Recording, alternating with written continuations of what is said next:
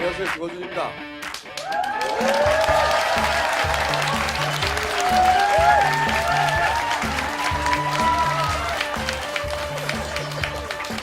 제가 5년 전에 뉴욕타임즈를 시작할 때 첫 멘트가 그거였어요. 저는 이명박 대통령이 싫습니다. 그리고 나서 방송을 진행하며 굉장히 많은 닭을 먹었습니다. 혹자는 아니 방송을 하면서 어떻게 닭을 먹냐고 싫어하시는 분들도 있었어요. 그래서 이번에는 아예 닭집을 차렸습니다. 앞으로 이 닭집에서 닭을 열심히 튀기겠습니다.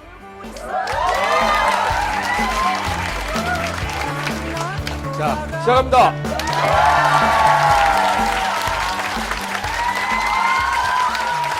같이 이 방송을 진행할 굉장히 익숙한 얼굴입니다. 과거 그를 둥이라고 불렀어요. 귀염둥이. 둥이 기자, 김보엽 기자 소개합니다.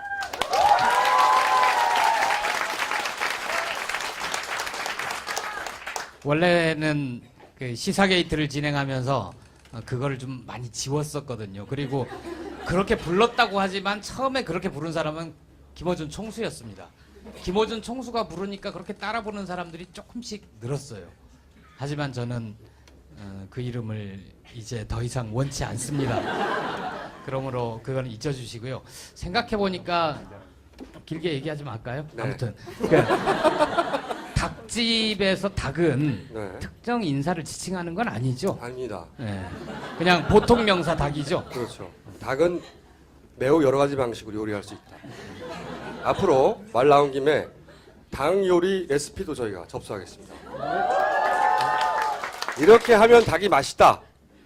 동영상으로 찍거나 사진으로 보내주시면 저희가 코너 하나 장만해가지고 요리 소개도 하겠습니다. 자, 제 인사말 마무리 짓겠습니다. 김어준 총수와 송채경화 기자와 함께 이 쇼를 꼭 필요하고 재밌는 닭집 쇼로 만들 수 있도록 저도 힘을 보태겠습니다. 고맙습니다.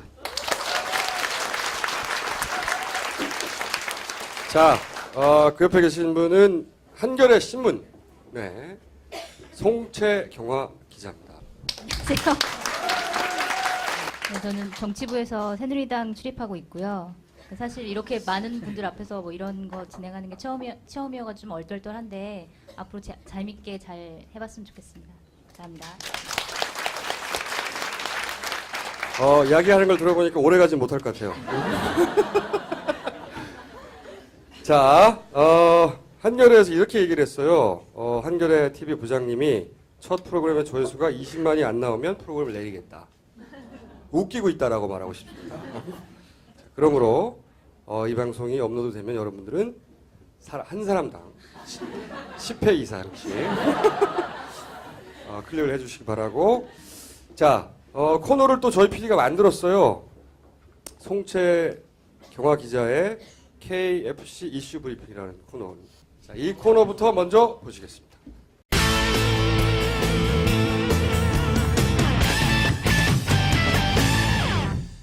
구미시를 박정희시로 바꾸자. 새누리당의 박승우 경북도지사 예비후보가 이런 제안을 해서 논란이 일고 있습니다.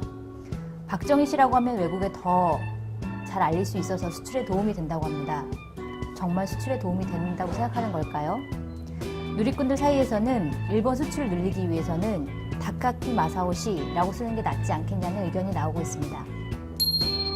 쓸데없는 규제는 우리가 쳐붓을 원수, 제거해야 할 암덩어리다. 지난 10일 박근혜 대통령이 청와대 추석비서관 회의에서 한 말입니다. 마치 북한 방송에서 하는 것 같은 강한 표현인데요.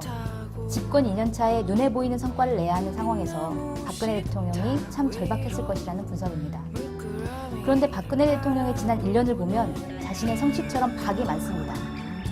통일은 대박, 인사는 쪽박, 경제는 명박, 서민은 희박. 국정원 간첩 증거 조작 사건이 갈수록 점입 가경입니다. 검찰이 증거로 제출한 문서 3건이 모두 위조로 판명됐는데요. 중국 동포 이마모개 씨의 자술서 역시 조작되었다는 진술이 나왔습니다. 우리 사회 돌려막기 열풍이 일어나는 것 같습니다. 서민들은 카드 돌려막기 혹은 현금 서비스 돌려막기를 하고 있는데 국정원은 거짓말 돌려막기를 하고 있는 것 같습니다. 지난 10일 진주의 한 비닐하우스에서 운석으로 추정되는 돌이 떨어져서 화제인데요. 하늘에서 돌만 떨어지는 게 아닙니다. 공군기관에는 낙하산들이 줄줄이 떨어졌다고 합니다. 민병두 민주당 의원이 공개한 자료를 보면 친박근혜 대통령 인사가 84개 기관에 114명이나 된다고 하는데요. 당선인 시절에 열심히 일하는 사람들의 사기를 떨어뜨리는 낙하산 인사가 새 정부에선 없어져야 한다. 이랬던 박근혜 대통령의 말 어디로 갔을까요? 지금까지 KFC 이슈 브리핑이었습니다. 본격적인 오늘 이슈를 이야기하기 전에 이 KFC에 대한 문의가 많습니다. 제목이 무슨 뜻이냐? 뭐 FC를 많이 쓰는 데는 코리아 풋볼 센터 뭐 이렇게 할 수도 있고요. 근데 이제 내곡동에서 오신 분이 있는지 모르겠는데 그런 분들 입장에서 보자면 또 이 조어를 할 수 있어요. 코리아 페더레이션 오브 커뮤니스트. 그분들이 보기에 다 공산당이잖아요. 이게 재밌으라고 한 말이에요? 굉장히 재밌는 말이에요. 실패했고요. 켄터키 프라이드가 아니라 켄터키 플라이드.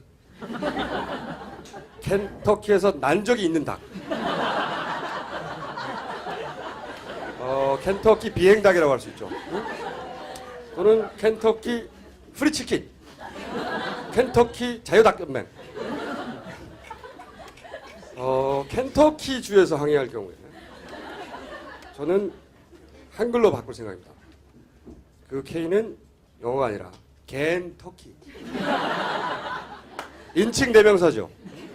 개는 터키산 치킨이라는 뜻입니다. 터키산 닭 공동체 정도가 되는 거죠. 네. 제목은 얼마든지 바꿀 수가 있는데 가능하면 제목을 바꾸기 전에 협찬 부탁드립니다.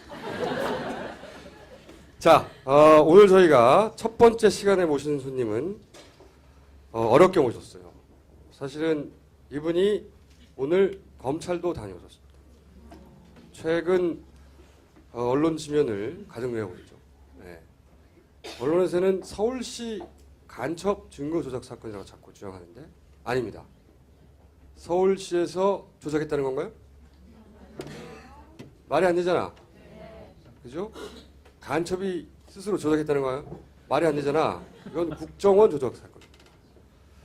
이 사건의 당사자인 유우성 씨를 직접 모셨습니다.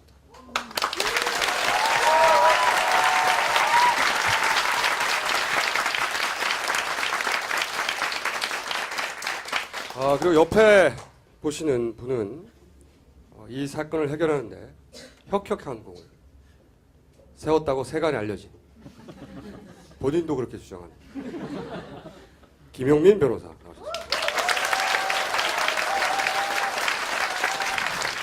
네, 저렇게 준수한 용민이도 있군요. 네, 살이 살짝 빠진. 이 사건이 사실은 생각보다 복잡해요. 왜냐하면은 지명도 너무 많이 됩니다. 그렇죠? 그리고 의문점도 많아요. 아니 왜 여동생은 그런 진술을 했을까? 그리고 문서가 너무 많이 등장해서 도대체 뭘 조작했다는 건지 모르겠어. 그죠? 오늘 다 정리. 혹시 한겨레 출입하는 송채경 기자는 이 사건에 대해 새누리당 출입 기자입니다. 편집해주세요. 새누리당의 반응 먼저 잠깐 전해주신다면. 새누리당 같은 경우에는 처음에 이제 간첩 사건이라고 처음 나왔을 때 이제 간첩이 있다 이러면서 그것만 부각시켜서 얘기를 했고, 그다음에 조작 사건이 이제 본격적으로 터졌을 때 그때는 이거는 조작이 아니다라고 단언을 하는 이제 브리핑도 하고 막 그렇게 많이 했었어요. 2월 23일인가 그때 일요일이었는데 윤상현 새누리당 원내수석 부대표가 막 이렇게 세상에 국정원이랑 검찰에서 증거를 조작하다니 말이나 됩니까? 이렇게 얘기를 하더라고요. 그러면서 이거는 조작이 아니다라고 확신을 이제 했었고, 근데 이제 점점 이제 사건이 변해가면서 조선일보라든지 아니면 박근혜 대통령까지 나서서 유감을 표명하고, 그 이후부터 좀 심각성을 깨닫고 지금 국정원이 좀 어떻게 조치를 취해야 되는 거 아니냐, 지금 이렇게 지금 되어가고 있는 수순에 있습니다. 편집해 주시고요. 자, 뭐가 좀 부족한가요? 더 설명을 해드릴까요? 얘기 쭉 진행하다 다시 한번 네, 물어볼게요. 알겠습니다. 임팩트 있게 전달해 주세요. 이 정치부 기자를 오래 하신 김보엽 기자는 이 사건을 어떻게 보시고? 잘 보고 있습니다. 편집해 주시고요. 지금 새누리당 입장 얘기를 했는데 그거는 이제 그쪽도 얘기를 하잖아요. 몇몇 증거들이 조작이 됐다. 그런데 서류 몇 장 조작했다고 이미 간첩인데 간첩인지 아닌지가 중요하지 그까지 서류 몇 장 뭐 위조했다고 그게 큰 문제가 되느냐 이런 식으로 얘기를 하고 있죠. 그 서류로 간첩을 만든 건데 그 서류 외에는 아무것도 없어요. 그렇죠? 앞뒤가 안 맞는. 하지만 그다지 쓸모없는. 그럼 편집하시고요. 자, 그러면 이 사건을 한번 차근차근 짚어보기로 하겠습니다. 처음부터. 이 사건은 몇 가지 스테이지가 있어요. 첫 번째, 1심이 무죄된 건 아시죠? 1심이 무죄가 됐는데 이게 첫 번째 스테이지예요. 이때까지만 해도 사람들의 주목을 그다지 끌지 못했습니다. 이 사건이 시작된 게 어제입니다. 언론에 최초 보도된 거는 작년 1월 21일경쯤에 동아일보에서 서울시 공무원이 탈북자 출신의 서울시 공무원이 탈북자 정보 10,000명의 정보를 북한에 넘겼다라고 해서 대서특필했고 굉장히 새 벽두부터 아주 큰 충격을 가져다 줬죠. 그래서 사건이 진행이 2월 26일경에 검찰이 공소 제기를 해서 1심이 진행이 되고 8월 22일에 1심에서 전부 무죄가 선고됐습니다. 그 국가보안법 위반 간첩 혐의에 대해서 전부 무죄가 선고됐습니다. 1심에서는 검찰이 얘기했던 가장 유력하고 유일했던 증거가 여동생의 진술, 여동생이 오빠가 간첩 행위를 했습니다라고 했던 허위 자백이 있습니다. 그 허위 자백이 여동생이 나중에 법정에서는 내 말은 고문을 당해서 국정원 직원으로부터 고문을 당해서 나는 어쩔 수 없이 이렇게 얘기했습니다라고 해서 진술을 번복했고 결국에 이제 그것 때문에 무죄가 나왔는데요. 1심 무죄 이후에 항소심에서 검찰과 이제 국정원은 이제 이를 갈았을 것이고요. 어떻게든 여기서 반전을 깨야 되는데 무엇을 할까 하다가 결정적으로 생각을 한 것이 유우성 씨가 간첩, 북한에 미립북을 해서 간첩으로 포섭됐다라고 했던 시기에 마치 실제 진짜 북한에 갔다 온 것과 같은 출입경 기록 이것을 이제 증거로 냈습니다. 그래서 이제 변호인과 검찰이 굉장히 위조 여부 공방에 대해서 좀 많은 법정 싸움이 있었는데 중국에서 발급받았다고 했으니까 중국 당신네가 이게 진짜 발급한 게 맞는지 그래서 저희가 이제 사실조회 신청이라는 것을 합니다. 저희가 제출했던 출입경 기록 진본과 검찰이 제출한 출입경 기록 위조본 이것들을 다 모아가지고 중국 정부에 물어봤습니다. 그랬더니 중국 정부에서 올 2월 14일 날 검찰이 낸 문서 3개는 모두 다 위조다라고 답변이 왔고 변호인이 낸 문서 2가지가 있었는데 그 2가지는 모두 다 적법하다. 그리고 그 내용도 다 맞다라고 이렇게 답변이 왔습니다. 변호사님, 제가 질문할 때 짧게 답변해 주세요. 함부로 그렇게 길게 하지 마시고요. 그러니까 이 사건이 시작된 거는 2013년 1월부터예요. 그죠? 그러면서 서울시에 누가 있어요? 박씨 아저씨가 있잖아. 서울시에 간첩이 있다 이거야. 한마디로 말하면 그러면 당연히 그럼 박원순이 간첩을 채용한 거야? 이렇게 연결된단 말이죠.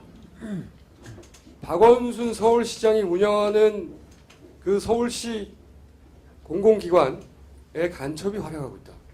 근데 제가 한마디 네. 팩트를 정정하자면 그 유성 씨는 오세훈 시장 시절에 채용된 걸로 알고 있거든요. 그거니까요. 그래서 제가 여기서 그렇다면 채용을 언제 했습니까? 이렇게 물어보면 오세훈 시절에. 그러면 제가 아니 이렇게 화내고 이렇게 돼야 되는데 스토리가. 자, 그러면 그냥 화내는 걸로 하겠습니다. 그래요? 오랜만에 들어보는 오세훈. 고수의 꼭할콘. 제 친구는 어디 있는지 지금. 그러니까 사건 시작은 2013년 1월에 시작됐는데 채용은 정확하게 언제 된 거예요? 제가 채용은 2011년 6월 10일에 발령이 났습니다. 6월. 예. 그러니까 박원순 시장이 2011년 10월에 당선됐어요. 그렇죠? 그리고 오세훈 시장이 자기 관둔다고 드립을 당해서 진짜로 관둬버린, 관둔다고 말하기 전이에요. 그렇죠? 그런데 소위 간첩 혐의를 말하는 것은 오세훈 시장 시절이 아니라 박원순 서울시장 시절부터 간첩 행위를 했다고 주장합니다. 그렇죠? 간첩 행위를 했다는 게 총 3번입니다. 2011년 2월과 2011년 5월, 그리고 뭐 1년 정도 쉬었다가 2012년 7월, 이때가 이제 박원순 시장이 계실 때죠. 예, 그때 뭐 했다라고 지금 공소가 제기된 겁니다. 그러니까 이제 오세훈 시장 전 시장 보수의 꼭할건 제 친구 절친 이야기에 속 빠진 거죠. 분명히 채용한 사람 정말로 책임을 묻자면 거기서 따져야 되는 건데 서로 이게 진짜 문제가 있는 사건이라 하더라도 그렇죠. 근데 이제 이 사건을 쭉 기사로 접한 분들의 공통적인 첫 번째 의문은 뭐냐면 여동생이 친여동생이 오빠가 간첩이라고 진술할 수가 있느냐 이거죠.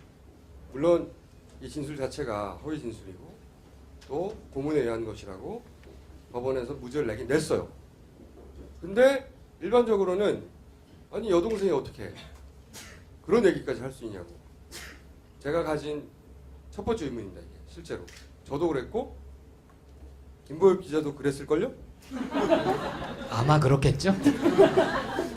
여기 오셨으니까 내일치 한겨레 신문 일면 톱 이거 좀 알려드려야 되잖아요. 제가 미리 보고 왔더니 제목은 검찰도 증거 은닉하고 허위 진술 유도했다. 했을 가능성, 했다는 의혹이 아니라 단정적으로 표현을 했죠. 그만한 사실이 있기 때문입니다. 방금 청수가 얘기한 부분이 그 여동생 부분인데 이게 제가 참 좀 그래요. 굉장히 두 분 혹은 여러분들이 가슴 아프고 고통스러웠던 시절을 좀 재밌게 얘기하려는 게 전 참 고통스럽습니다. 그 검찰 얘기 중에 어떤 대목이 있냐면 이제 동생분이 국정원에서 한참 이렇게 시달리고 고문도 당하고 해서 국정원이 원하는 대로 다 써줬단 말입니다. 근데 검찰에 와서 다시 한번 조사를 받아요. 검사가 국정원에서 이제 넘어왔으니 편하게 모든 거 얘기해도 된다.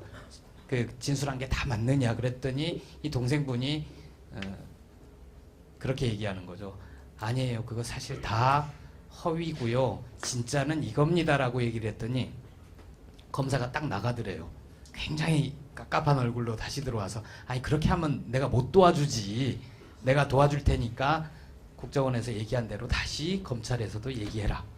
그거는 검찰이 이미 사실관계를 파악하고 수사를 했던 검사조차도 다 알면서도 증거를 은닉하고 사건을 조작하는데 적극적으로 개입했다는 거죠. 이런 얘기 듣고 싶으신 거죠? 잘했고요. 네. 제가 지금 총수님 뭐 재판도 또 하고 있어서 여기 잘못 말씀하시면 또 재판할까봐 걱정돼서 말씀드리는 건데 그 1심 재판부는 여동생의 그 허위 진술에 대해서 신빙성은 없다라고 판단은 했지만 고문을 당해서 거짓말한 건 아니다라고 판단을 했습니다. 굉장히 좀 약간 모순된 판단을 했는데 저희가 지금 항소심에서 그 부분이 지금 쟁점이 되고 있는 거예요. 그러니까 재판부는 고문을 당해서 그렇게 허위 진술했다고까지 인정하지 않았군요. 그렇죠. 말 자체가 말이 안 된다 이런 취지. 앞뒤가 안 맞는다. 네네. 그 정도로.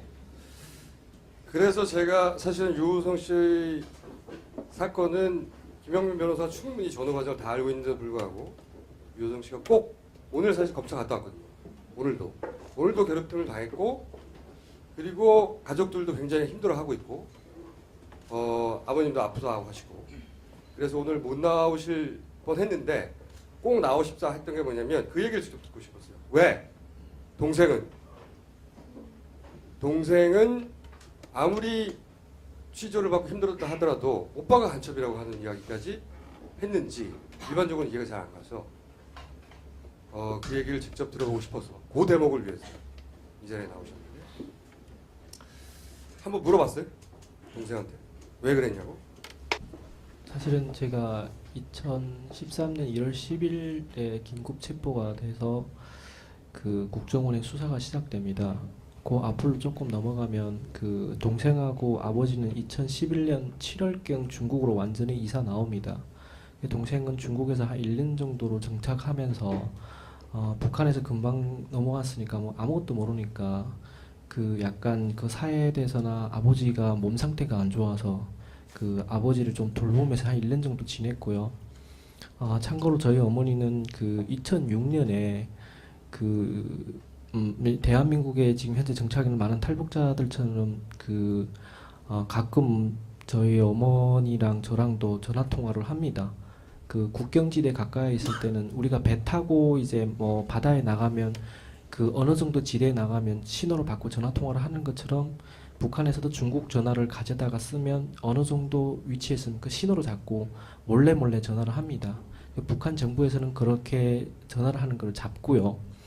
그래서 2006년경 저는 저희 엄마하고 전화 통화를 하는 도중에 어머니가 전화가 끊깁니다.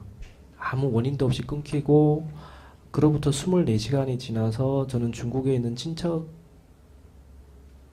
친척들로부터 어머니가 그 전화 통화를 하다가 그 북한 보위부 기관에 그 탐지기에 걸려서 조사를 받다가 심장마비로 돌아가셨다고 하더라고요. 사실은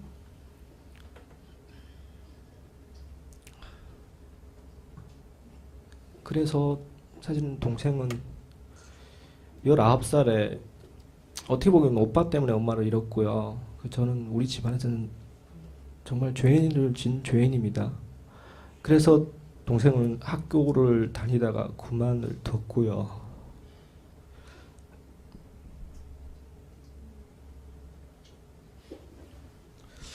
죄송합니다. 그래서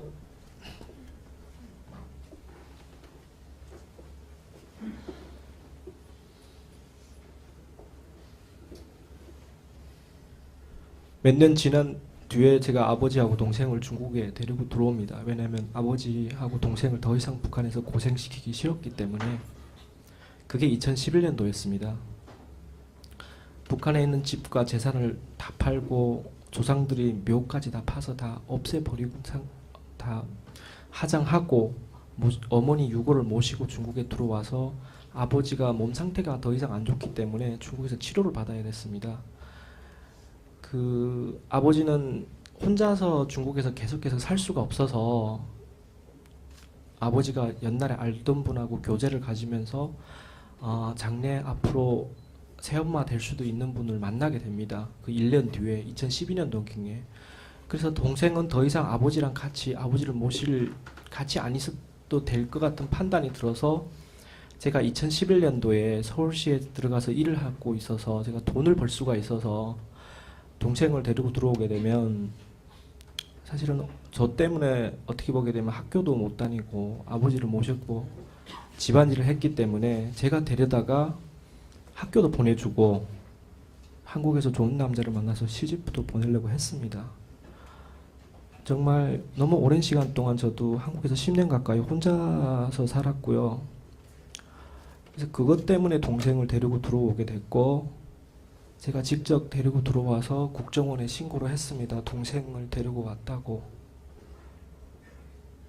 그렇게 3개월이 지나서 저는 간첩이 됐고요.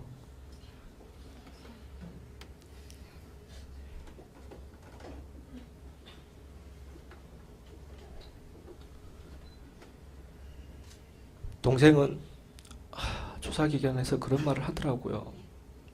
동생은 한국을 굉장히 좋아합니다.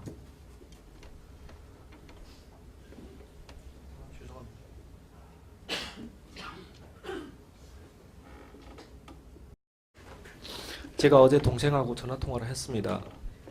오빠 내일에 검찰에 조사 간다 하니까 동생이 검찰에 가게 되면 오빠 내 대신에 꼭 한 가지만 물어봐달라 그러더라고요. 동생이 조사를 받기 시작하면서 여러분들도 기사를 많이 보고 아시겠지만 저는 북한에서 태어나고 자랐지만 제북 하교입니다.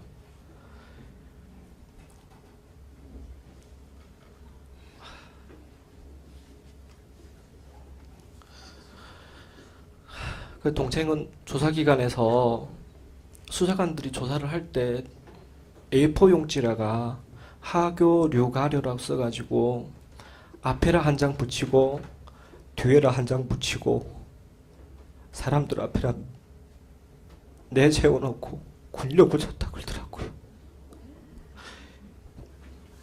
그래서 동생이 전화 통화를 하면서 오빠 수사기관에서 수사 방식을 그렇게 하는지 꼭 검사하고 물어보더라고.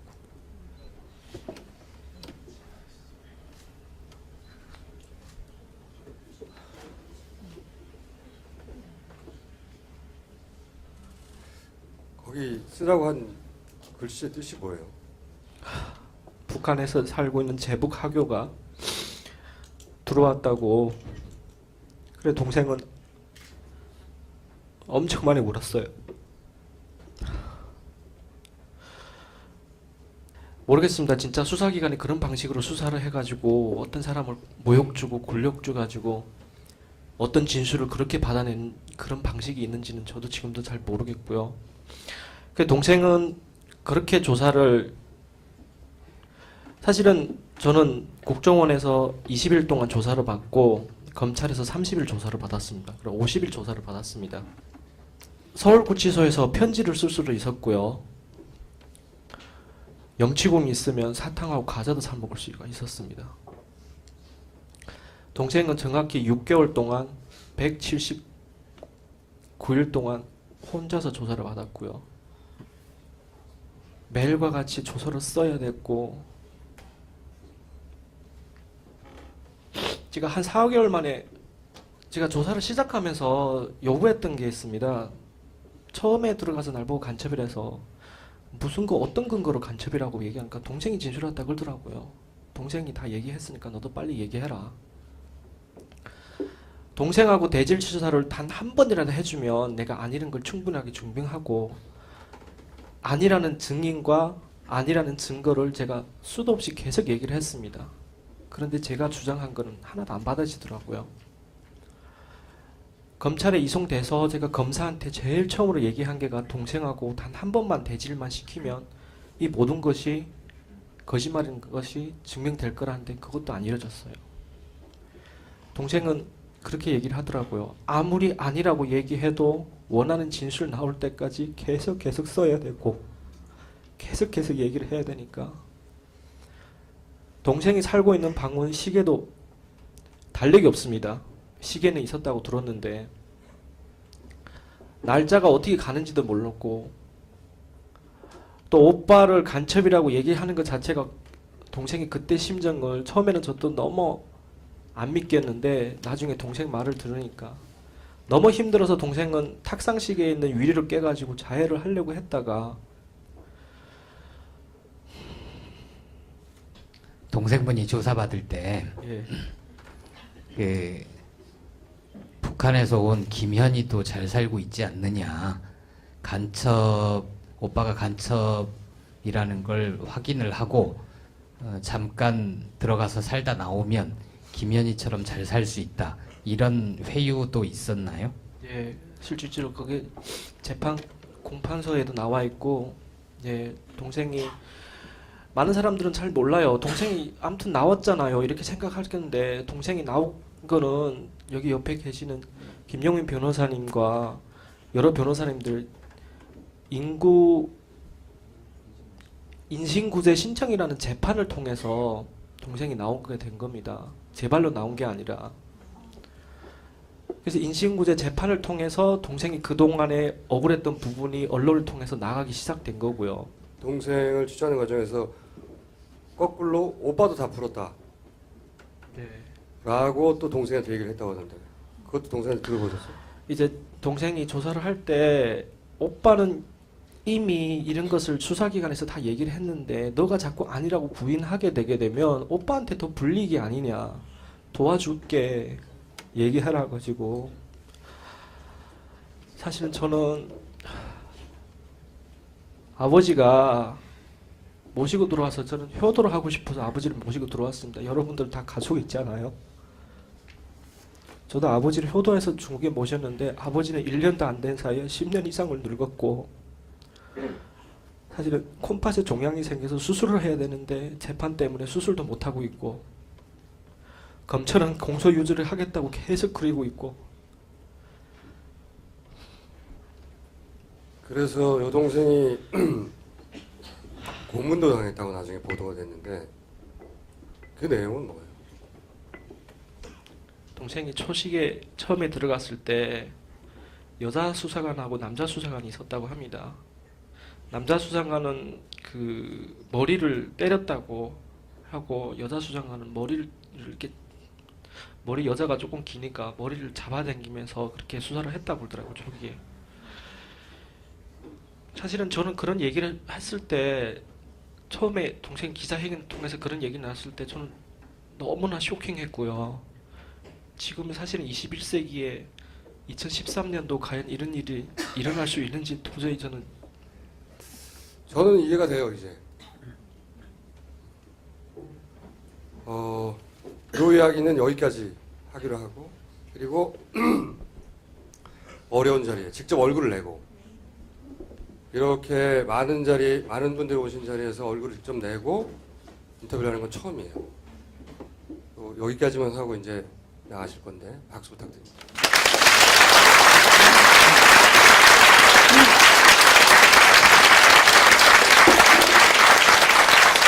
마지막으로 많은 관심을 가져서 감사하고요.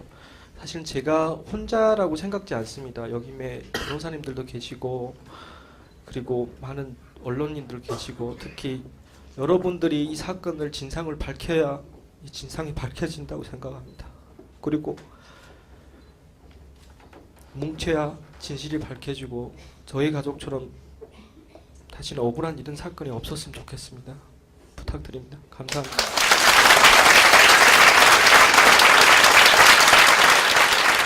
그리고 이제 사건은 사실은 이 정도 됐으면 끝날 줄 알았는데 2라운드가 시작돼요. 아까 이제 김용민 변호사께서 두서없이 얘기했던 전혀 귀에 들어오지 않는 요약 있지 않습니까?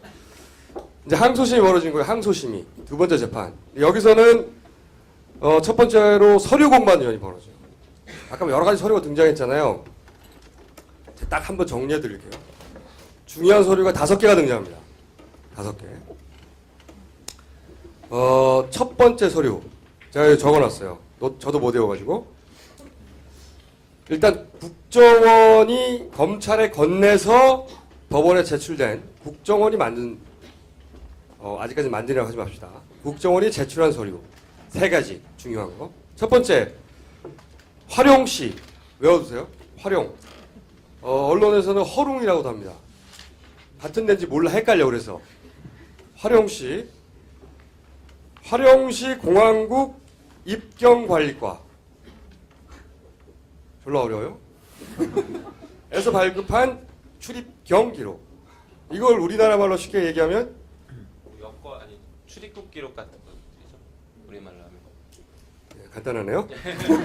두 번째는 또 활용시 공항국에서 발급을 하고 맞나요 이게? 심양에 있는 대한민국 총영사관 앞으로 보냈다고 하는 확인서가 하나 있습니다. 그게 뭐냐면 그 내용이 맞다 1번이. 말하자면 그런 내용이죠. 1번 우리가 발급했다. 2번이에요. 그러니까 하나는 출입국 기록, 두 번째는 그게 맞다. 2번에 1번이 맞다. 묶인 거예요. 그리고 세 번째가 뭐냐면 삼합이 등장합니다. 여기서부터 진짜 헷갈리기 시작해요. 어떤 언론에서는 싼호라고 중국식 발음으로 표기하기도 하는데 삼합. 활용이 하나 있었고 삼합이 하나 있습니다. 이제 삼합 변방 검사창. 뭐야 이게? 여기서 정황 설명서가 나옵니다. 이게 뭡니까? 어려운 거 저한테는 아끼시는데 좀 설명이 필요합니다. 그 유우석 씨 원본 출입경 기록에 보면은 뭐 이상한 오류가 하나 등장합니다. 그 2006년 5월 27일 날 북한에서 중국으로 온 다음에 출이죠, 출? 네, 입이죠. 입. 중국 입장에서는 중국 입장에서 입. 중국에 북한에서 들어왔다고? 왔으니까 입. 입. 네. 내가 잡았어.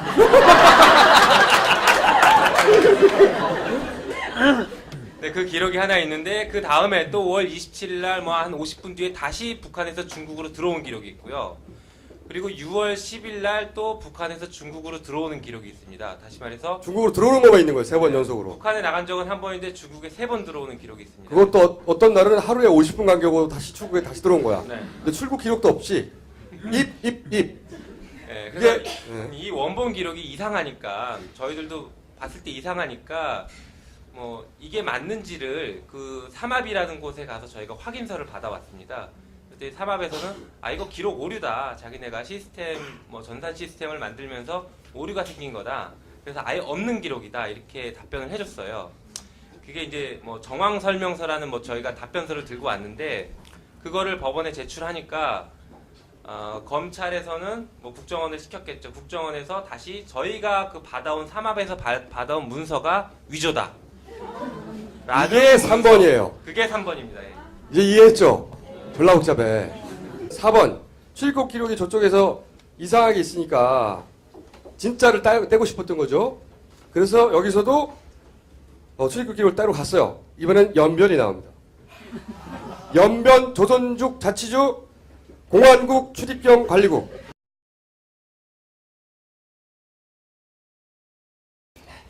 여기 변호인들이 그 서류를 입수합니다. 진본이죠, 이게. 진본을 입수해. 왜냐하면 1번이 가짜니까, 이상하니까, 유호승 씨는 중국에 그때 간 적이 없다고 하니까. 그래서, 그러면 진짜 어떻게 된 건지. 연변 조선족 자치주 공안국 출입경 관리국에 가가지고 서류를 떼와요. 그러니까 1번에 대한 대항인 거죠. 그리고 5번 서류가 있어요. 5번 서류. 5번 서류가 뭐냐면 1번과 4번이 서로 안 맞잖아. 하나는 검찰이 내놓은 거는 출입 정상적으로 되어 있어요. 근데 변호인단이 떼온 거는 출입만 되어 있는 거야. 출입 이렇게 되어 있는 거예요. 둘 중에 어느 게 맞냐. 그래서 변호인단이 물어봤어. 어디다가? 삼합 변방 검사창 물어봤어요. 물어봤더니 삼합 변방 검사창에서는 니네께 맞다. 변호사 측에서 뗀 것이 맞다. 라고 하는 정황정보서 하나. 이거 5번이에요. 사업으로 묶인 거죠. 정리를 하자면 네. 서류가 총 5개가 등장하는데 주요 서류가 총 5개가 등장합니다. 국정원이 3개를 냈고 그렇죠. 변호인 쪽에서 2개를 냈어. 서로 낸 것을 입증하려는 서류들이에요, 이게. 근데 뭐가 진짜고 뭐가 위조가 됐습니까? 자, 기다려보세요. 자, 순서는 이렇게 된 거예요. 1번을 내. 검찰에. 검찰이 법원에다가 내는 거죠. 1번을 내. 그랬더니 변호인 측에서 4번, 5번을 내. 그러니까 또다시 거기에 대해서 검찰이 국정원을 통해서 2번, 3번을 낸 거예요. 이해 갔죠, 이제? 여기까지가 이제 서류로 왔다 갔다 한 거예요. 그런데 검찰이 국정원이 건네준 서류를 검찰이 법원에 낸 것과 변호인단이 낸 게 서로 틀리잖아요. 틀리니까 변호인단도 그리고 검찰도 그럼 누가 맞냐? 중국 정부에 물어보자. 이렇게 된 겁니다. 여기서부터 사실은 3라운드가 펼쳐지는 거예요. 물어보자 이거야. 서류를 주고 받았어 봐. 이쪽은 영사관을 통해서 총영사, 대한민국 외교기관이죠. 중국에 있는 영사관을 통해서 국정원이 받아서 검찰이 받아가지고 법원에 냈어. 굉장히 공식적인 루트입니다. 검찰은. 변호인단은 그냥 직접 가서 tes어요. 중국에 와가지고. 이것도 역시 공식적인 루트이나 굉장히 힘든 루트죠. 그런데 중국 정부가 1, 2, 3번을 위조다 땅땅땅! 근데 여기서 제가 두 번째 의문이 생겼어요. 이 사건을 보다가. 아니 중국 정부에 물어보면 금방 밝혀질 걸 왜 이렇게 조작을 한 거야? 나로서 이해가 안 갔어요. 왜 이렇게 과감하게 할 수 있었던 거예요? 과감한 이유가 중국이 원래 답변을 안 합니다.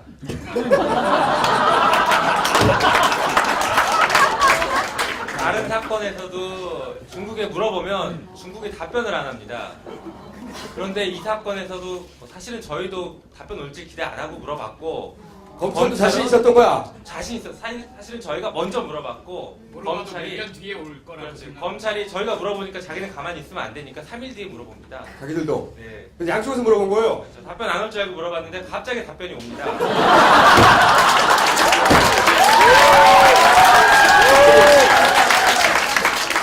이게 돌발 사태인 거예요. 돌발 사태. 이게 계획이 없던 일이거든요. 답변이 왔다는 게 이게 그러니까 국정원 입장에서 보자면 계획이 틀어지기 시작한 거예요. 중국이 내정 간섭한 거 아니야? 답변이 안 할 줄 알았다는 거. 저도 처음에 이렇게 궁금했거든요. 근데 전력 없대요. 중국 정부가 이렇게 국내 한국의 재판 관련이나 이런 관련해서 뭔가 조회를 하면 답변 안 해준대요. 이번에는 한 거야. 아마 소리가 너무 많아서 그럴 거야. 뭐 이것도 틀렸고 이것도 틀렸고 다 틀렸잖아 이거 씨발. 그리고 막 변호사도 물어보고 검찰도 물어보고 막 다 물어보니까 위조. 그러니까 국정원이 제출한 서류들은 다 위조라고 하나. 이게 끝난 거잖아. 정상적인 국가였으면 여기서 다 게임 셋 하고 재판 다 끝났어야 돼요. 재판 새로 시작해요. 그렇죠. 이제는 위조범이 누구냐고 잡아내야 되는 거지. 그러나 여기는 그리고 그래서 우리 KFC가 있는 거잖아요. 근데 위조에 대해 디테일도 좀 재밌습니다. 위조, 그러니까 문서가 왔는데 팩스로 온 거 있잖아요. 네. 2번 문서. 2번 문서. 그러니까 1번 문서는 미리 냈고, 그렇죠? 2번 문서는 변호인 측에서 4번, 5번을 냈잖아. 1번 틀렸다고. 그랬더니 2번, 3번이 옵니다. 근데 2번 문서가 어떻게 됐다? 팩스 번호가. 네.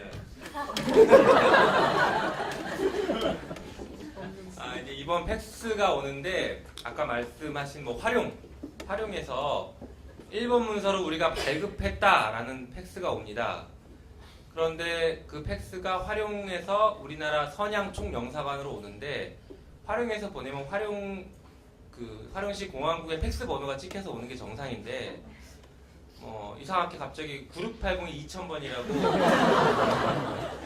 지역번호 없이 옵니다. 저희가 막 열심히 찾아봤습니다. 이게 도대체 무슨 번호일까 했더니 피싱 사이트나 뭐 음란 사이트 이런 데서 쓰는 번호더라고요. 그래서 계속 바뀌는 번호 이런 것들이었고 그로부터 1시간 20분 뒤에 자기들이 보내는 것도 좀 이상하니까 활용시 공항국에 대표 번호를 보내야 되는 거 아닌가 이랬던 것 같아요. 1시간 20분 뒤에 갑자기 활용시 공항국의 대표 번호로 똑같은 팩스가 들어옵니다. 그런데 뭐 이렇게 했으면은 하나만 내면 되는데 검찰이 바보같이 2개를 다 냈습니다. 바보! 12월 5일날 9680에 2000번 팩스를 냅니다. 그때까지는 자기들은 문제를 몰랐던 네. 거예요. 사실은 저희도 몰랐어요. 그냥 팩스가 왔나 보다 했죠. 그런데 그 다음번에 서류를 한 번 더 내면서 강조를 합니다. 우리는 활용시 공항국으로부터 정식으로 받았습니다라고 의견서에 쓰면서 활용시 공항국 번호를 기재를 합니다. 앞에 걸 어떡하라고 그러면. 그래서 저희가 확인을 했죠 이제. 그때서야 확인하게 된 거예요. 네.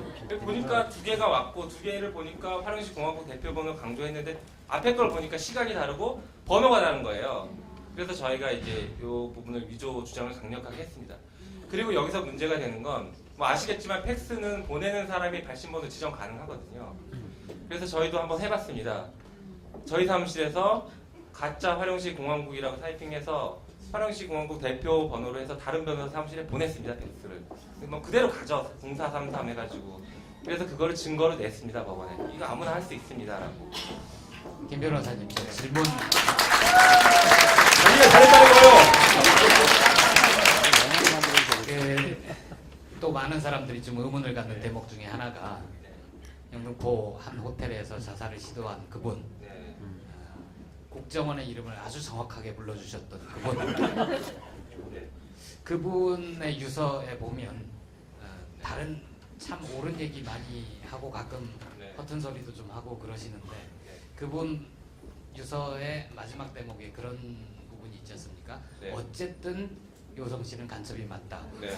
증거가 없어서 처벌을 못하면 네. 추방이라도 해라. 네. 여기에 대해서는 어떻게 보십니까? 일단 저희가 그거 보고 너무 화가 나서 병원을 한번 찾아갈까 했다가 또 괜히 오해를 살까봐 안 가긴 했는데요. 첫 번째로는 그 사람이 그런 마음이 있으니까 위조를 했겠죠. 뭐 맨정신에 멀쩡한 사람 간첩 만든다 이렇게 생각하면 위조 못했을 거고요. 국정원이 틀림없이 이 사람 간첩이니까 네가 위조해야 돼. 돈 줄게. 이렇게 해서 됐을 것 같고요. 추정한다고 말해주세요. 네, 추정입니다. 그리고 두 번째는 저와 같이 재판받기 싫으면 두 번째는 그 사람이 정말 간첩인 게 확신이 있다라고 하면 검찰과 국정원에서는 이미 진작에 증인 신청했을 겁니다. 네, 그 사람 국정원과 검찰에서는 1심, 2심 하면서 워낙 증거가 없으니까 뭐 조금이라도 이상한 거 있으면 증거를 다 냈습니다. 그런데 그렇게 강력하게 확신을 갖고 있는 사람을 증인으로 신청 안 했다는 건 자기 혼자 착각에 빠져 있는 사람이다 이렇게 생각이 들어요. 가장 궁금한 게 뭐냐면, 그러니까 유성 씨가 만약에 간첩이 아니라면 도대체 국정원이 왜 무슨 이유로 유성 씨를 간첩으로 몰아서 어떤 이득을 얻기 위해서 그런 행위를 했는지 그게 가장 궁금하거든요. 의도 그건 자체가. 제가 보기에는 근데 이 변호사님이 답변할 통계의 내용이 아니에요. 그럼 누가 답변을 해야 되나? 그럼 우리끼리 추정해야 돼. 근데 변호사님이 이 사건을 가장 길게 보셨으니까 변호사님 추측하는 뭐 어떤 네. 것들이 있을 것 원래 이제 같아서. 변호사들 추측하는 얘기를 잘 안 하긴 하는데요. 여기서부터는 제가 책임질 수 없습니다. 신변의 안전을. 네, 뭐 이미 뭐 언론 인터뷰 나고 사실 국정원에서 저희 변호인단한테 뭐 고소도 했고요.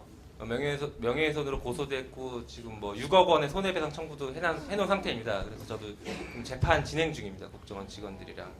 그래서 뭐 크게 무서울 건 일단 없고 사실은 저희도 그게 제일 궁금합니다. 진짜 진실이 뭐고 얘들이 왜 뭐 멀쩡한 유우성 씨를 이렇게 했을까 제일 궁금하긴 한데 뭐 몇 가지 뭐 진행하면서 좀 추측 가능한 것들이요.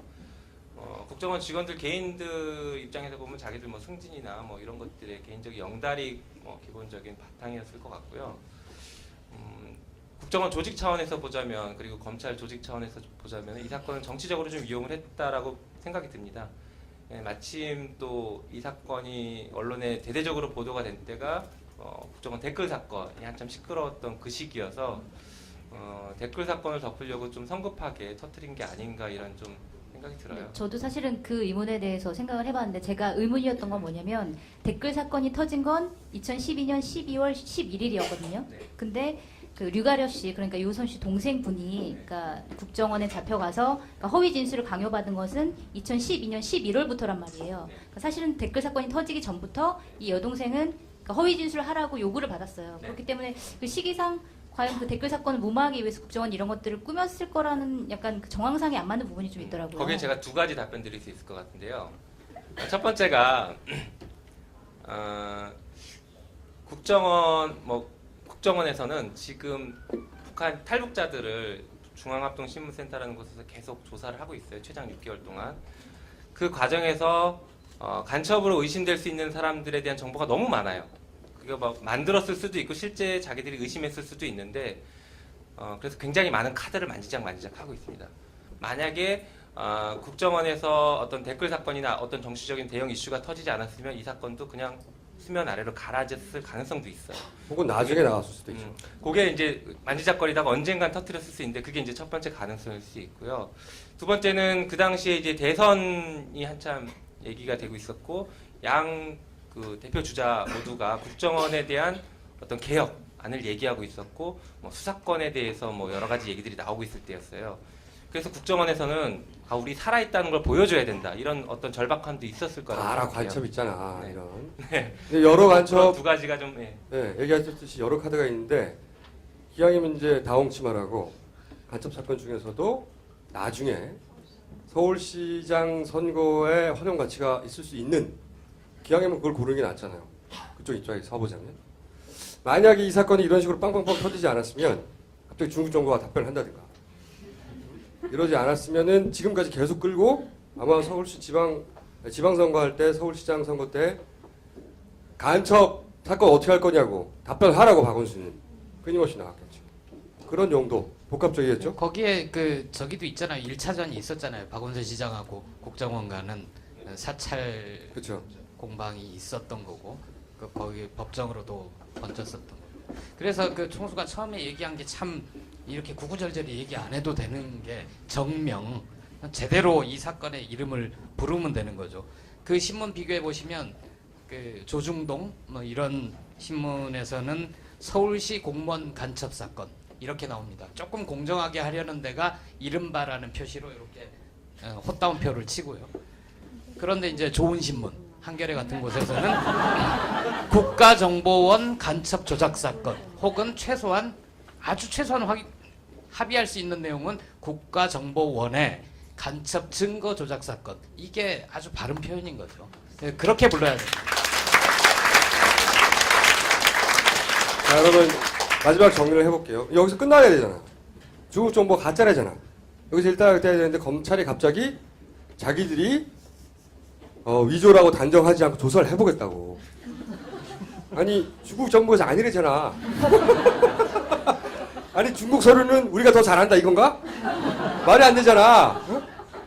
여기서 끝나야 되는데 소위 말해서 어그로를 끌기 시작하면 질질질. 검찰이 끝나야 되거든요. 근데 대응 시간을 벌어야 되니까.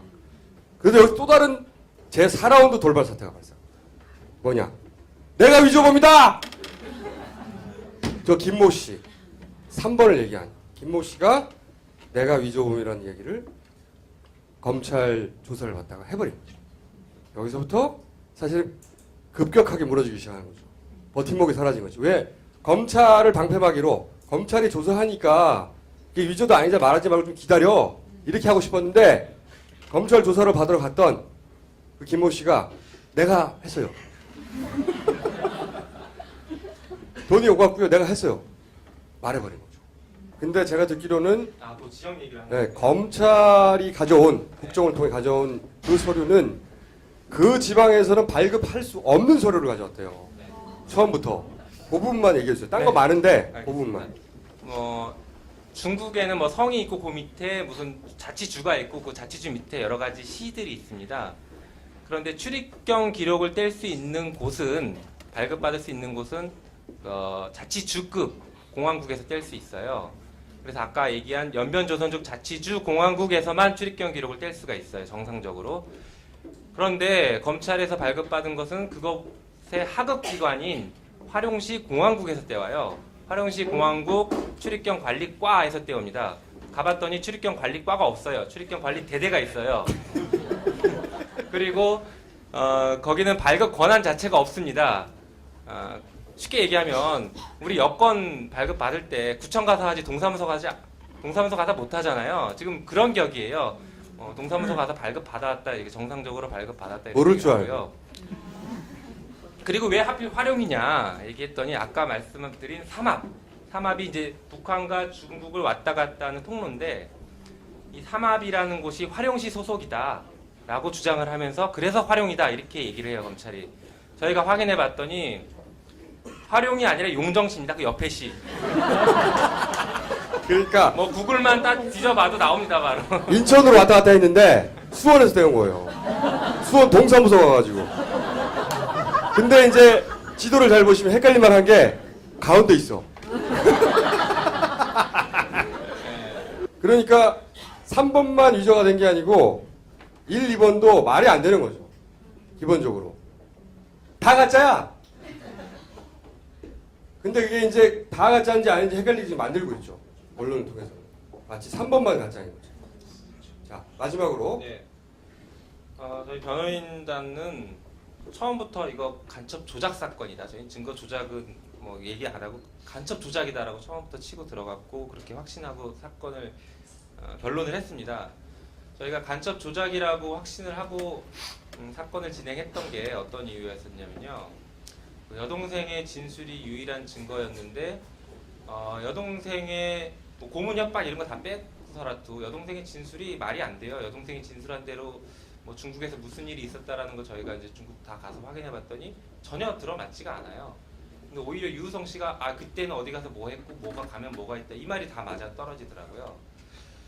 그래서 여동생이 지금 뭔가 어떤 이유에서든지 굉장히 잘못 진술을 하고 있구나라고 저희들 확신했고 이제 그게 사실은 고문과 뭐 가혹행위에 의해서 만들어진 것이 아닌가 이제 그렇게 강한 확신을 가지고 사건을 진행했어요. 그리고 국정원 직원들도 일종의 가혹행위의 일종들을 인정을 했습니다. 그 뭐 대표적인 거 제가 몇 가지만 말씀드리고 그냥 마무리 짓겠는데요. 아까 뭐 유성 씨가 얘기했던 망신 주기, 뭐 앞뒤로 써붙여가지고 다른 탈북자들 다 보는 앞에서 가서 뭐 망신을 줬고요. 그래서 예전에 이제 유태인들 별 그린 거하고 똑같은 네, 거예요. 약간 그런 낙인을 찍었어요. 그래서 일단 뭐 여동생의 길을 한번 완전히 꺾어 놓은 상태에서 이제 이건 다 이제 국정원 직원들이 인정한 것만 제가 말씀을 드리는데 기가 꺾인 상태에서 이제 좀 무섭게 생긴 남자 국정원 직원은 계속 반말을 합니다. 처음부터 끝까지 반말을 하고 그리고 뭐 얘기하다가 좀 얘기가 다른데 이렇게 세웁니다. 이렇게 일어서라 이렇게 세우기도 했고 그리고 또 뭐 하나가 이제 밤늦게까지 조사하고 진술서 계속 쓰게 하고 그 다음에 지금 네가 진술을 번복하면 간첩죄보다 진술 번복죄가 더 무섭다 이런 얘기를 해요. 제가 변호사 생활 10년 하면서 진술 번복죄 한 번도 안 들어봤습니다. 처음 들어보는 말을 이제 국정원 직원한테 들어서 여동생이 너무 조사받다 힘들어서 자살 시도를 해요. 아까 얘기했던 뭐 그 시계를 깨가지고 자살 시도했던 그 부분도 인정을 합니다. 다만 이제 국정원에서는 자살 시도까지는 아니고 자살 시위였다 뭐 이 정도로 이렇게 얘기를 하는데 멀쩡한 사람이 뭐 이렇게 자살 시위를 할 이유가 도대체 뭐가 있었을지 모르겠어요. 그래서 이제 국정원 직원들이 인정한 부분만 보더라도 굉장히 버티기 힘든 그런 조사가 이루어졌고요. 혹자는 이제 이런 얘기도 합니다. 독립투사도 6개월 동안 가둬놓으면 다 푼다. 그 안에서 6개월 동안 혼자 감금돼서 조사를 받는 게 얼마나 힘들고 고통스러운지 아무도 모른다. 그리고 이 여동생이 언제 나갈지 모른 채 조사를 받습니다. 우리는 지금 6개월 알고 있지만 들어가는 탈북자는 내가 조사가 언제 끝난지 모릅니다. 내가 여기서 말 제대로 원하는 대로 해주지 않는 한 나는 평생 여기 있을지도 모른다는 두려움이 있어요. 그리고 아까 달력 안 준다라고 했는데 이게 대표적인 고문의 한 유형입니다. 시간적, 공간적 그 관념을 없애버리고 외부와 차단시키는 게 대표적인 고문입니다. 그리고 그 가족과 연락을 못하게 하는 거 이것도 국정원 직원이 인정한 내용인데 지금 말씀드린 이런 어떤 조각들만 보더라도 우리 사회에서 인정하고 있는 여러 가지 고문의 흔적들입니다. 이 고문의 흔적들을 국정원 직원도 어느 정도 인정을 했고 그래서 진술이 만들어져서 여기까지 오게 된 것입니다. 저는 뭐 이 정도로 마치겠습니다. 감사합니다. 오늘 요 이야기는 여기서 일단 하려고 그래요. 사실은 저는 이렇게 끝날 줄 알았어요. 뭐냐면 예상으로는 이 김모 씨의 국적이 중국입니다. 중국. 그리고 참고인이에요. 피의자가 아니었어요. 그러니까 대충 묵비하다가 중국으로 가버리면 끝나는 거예요. 그렇죠? 저는 그렇게 끝날 거라고 예상했고 국정원도 그렇게 준비했을 거라고 생각했어요. 간단하잖아. 묻는 말에다가 적당하게 답하다가 모르는 건 아니 곤란한 건 묵비하다가 그래도 가둘 수가 없어요. 중국 국정이니까 추방 정도 하겠지 결국은. 그게 끝날 줄 알았거든요. 말을 해버렸어. 거기서 버티다가 3차 들어갔을 때 새벽에 말했다는 거예요. 왜 그런 거예요? 왜 그랬을까? 여기서 저희의 이제 소설 잠깐 써보고 마무리 하도록 하겠습니다. 왜 그랬다고 생각하세요? 혼자 쓰세요.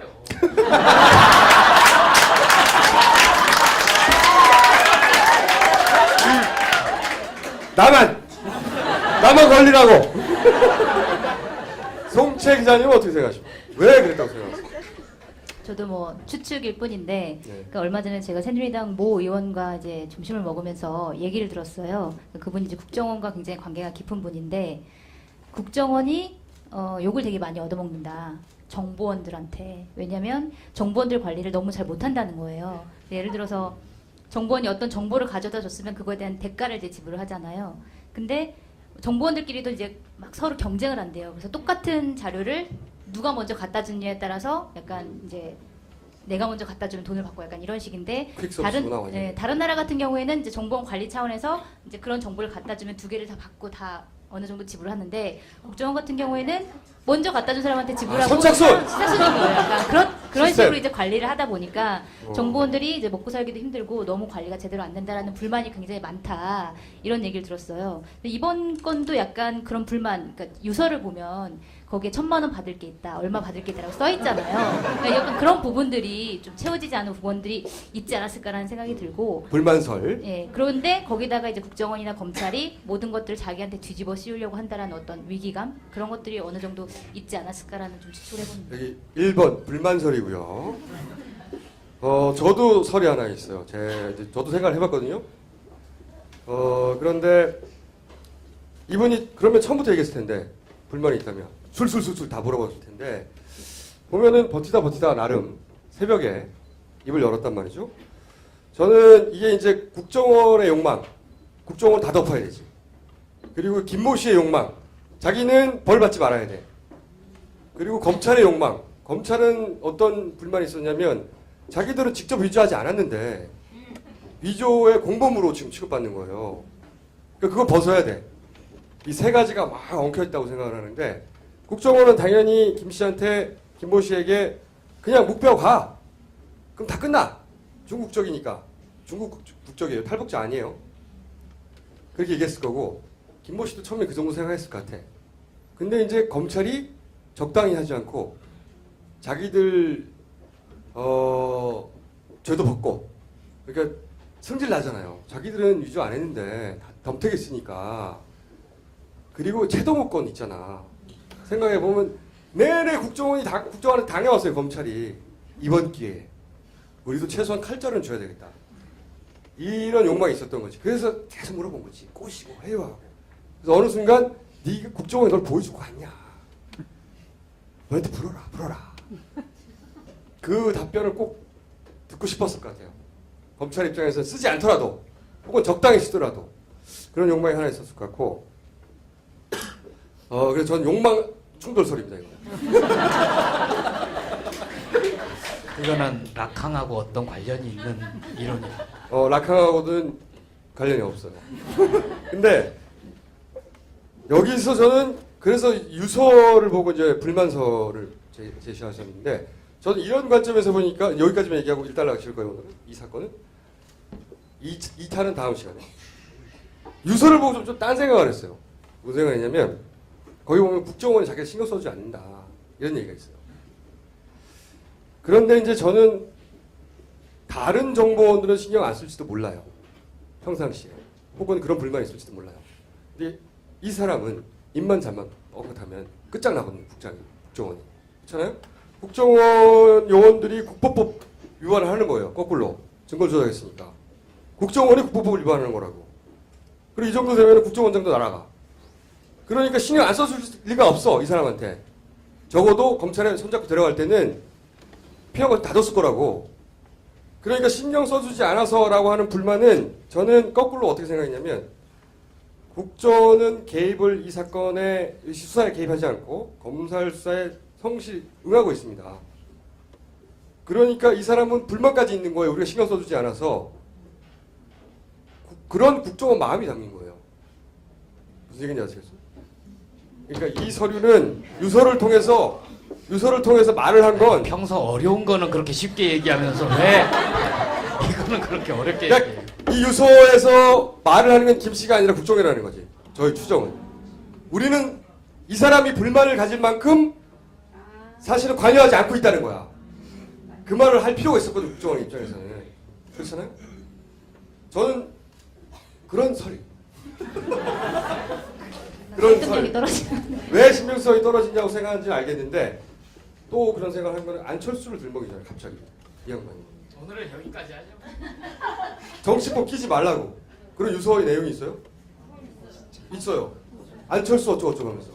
아니 갑자기 안철수가 나와기에 거기 유서는 황당해요. 안철수하고 민주당 이거 정치적으로 이용하지 말고 니들도 크게 다르지 않으니까 새누리당이랑 합쳐라. 그런 얘기가 나와요. 그러니까 정치권 니네 여기다가 끼지 말라는 거거든요. 실제 새누리가 그 다음날 얘기합니다. 정치권을 우리 관여하지 말고. 그리고 갑자기 그 다음 일요일날 국정원이 사과하지. 밤 9시. 일요일날 밤 9시에. 그 다음에 대통령 유감 발표합니다. 그리고 나서 국정원 압수수색 바로 들어갑니다. 나 니네 집에 들어간다. 검찰이 하니까 이제 어서 오세요 국정원이 한 그런 나들이죠. 압수수색이 아니라 또 수사 막 속도냅니다. 그리고 국정원 몇 명 구성한다는 그런 얘기도 나와요. 남재준 사퇴기 나와. 이게 다 2박 3일 동안 벌어진 일이에요. 전부 다 후다다다다다. 이런 빠른 진행으로 봐. 저는 어느 시점부터 그러니까 어느 시점부터 국정원 여기 관여했다.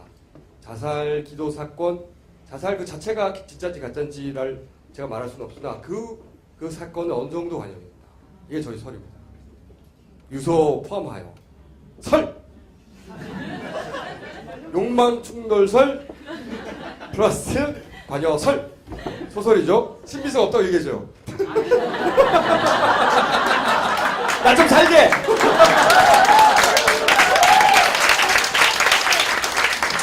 조만간 부를 것 같아요. 설입니다. 판사님 설. 거기에 대해서 아무런 논평을 하지 않았습니다.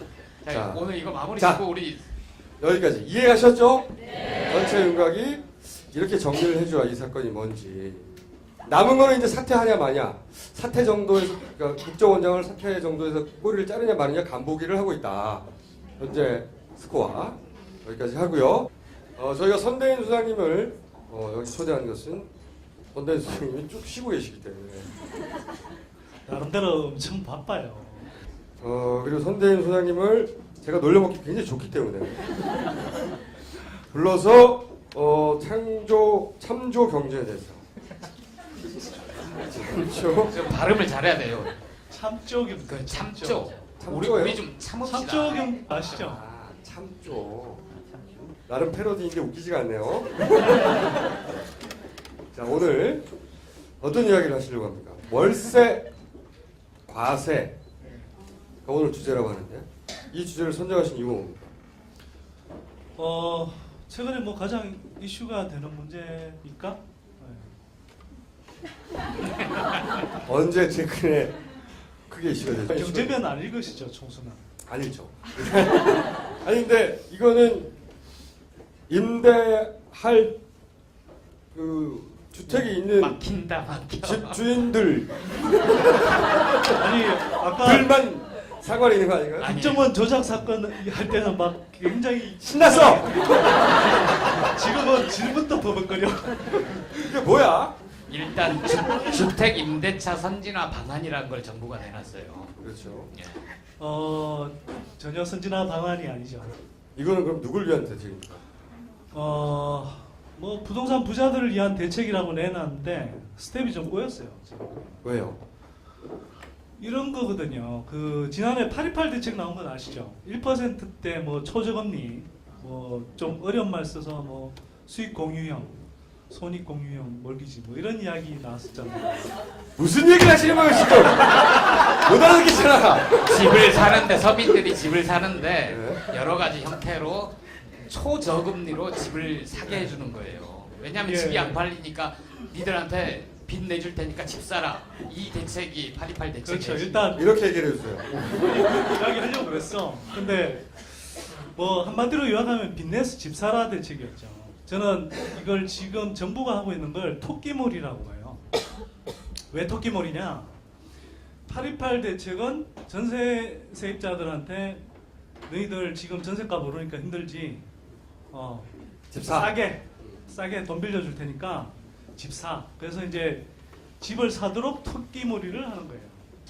이번에 2월 26일 날 아까 이야기했던 임대차 선진화 방안이라고 이제 내놨는데 뭐 이른바 이제 월세 대책이죠. 월세 대책을 내놨는데 이번에는 전세 수요자를 월세 쪽으로 토끼몰이를 하려고 했던 거예요. 그런데 스텝이 꼬였습니다. 스텝이 이러면 질문 아니 아니, 일단 그 월세 대책의 핵심을 얘기를 그렇죠. 어떻게 토끼몰이가 되는 거예요? 토끼 어디 있어? 토끼 어떻게 보는 거예요? 왜 몰리는 거죠? 이렇게 하면? 그러니까 정부가 해놓은 건 이겁니다. 월세 사는 사람들한테 세액 공제를 해주겠다. 그러니까 이 나중에 이제 연말 정산이라는 걸 하잖아요. 그러면 자기가 월세 내는 거에서 한 10% 정도까지는 세금을 연말정산에서 뺄 수 있도록 해주겠다.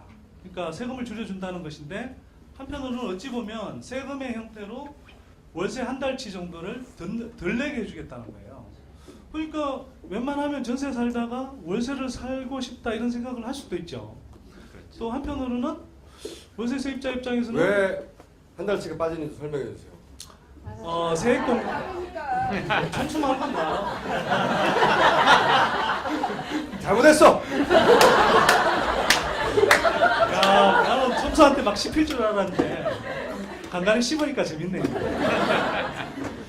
자, 10% 이 코너 없애야 되겠어. 청수를 위해서 자, 경제 바보들을 위해서. 이렇게 보면 되겠다. 청수한테 가르쳐 주듯이. 그럼 되겠네. 제가 경제 바보라고 생각하시고 네. 저한테 설명해 주시고 제가 모르면 화를 낼 테니까. 자, 세액공제라는 걸 10%를 해줘요. 그러니까 뭐냐면 월세로 낸 것 중에 10%까지는 연말 정산을 하고 나면 연말 정산을 다 하고 나서 세금을 내야 되잖아요. 예를 들어서 100만 원을 내게 돼 있으면 그 중에 예를 들어서 월세로 한 700만 원을 썼죠. 연간. 그 중에 10%인 70만 원까지는 빼주겠다는 거예요. 크죠, 이 정도면. 그러니까 이제 월세 한 달치 정도는 빠질 수도 있다. 그래서 이제 상당한 혜택 아니냐. 또 그런 의미에서는 이제 전세에 살던 사람들을 월세 시장으로 모는 토끼몰이다. 한 달치보다 더 빠지는 거 아닙니까? 그게 중요한 건 아니고요. 어쨌든 월세를 사는 사람들이 세금을 좀 아낄 수 있다. 아니, 세금을 덜 낼 수 있다는 거고. 나름대로는 굉장히 예리한 질문이라고 지금 생각했어요. 아니 한참 계산하다 보니까 한 달치 넘는데? 12분의 1보다는 크죠. 네.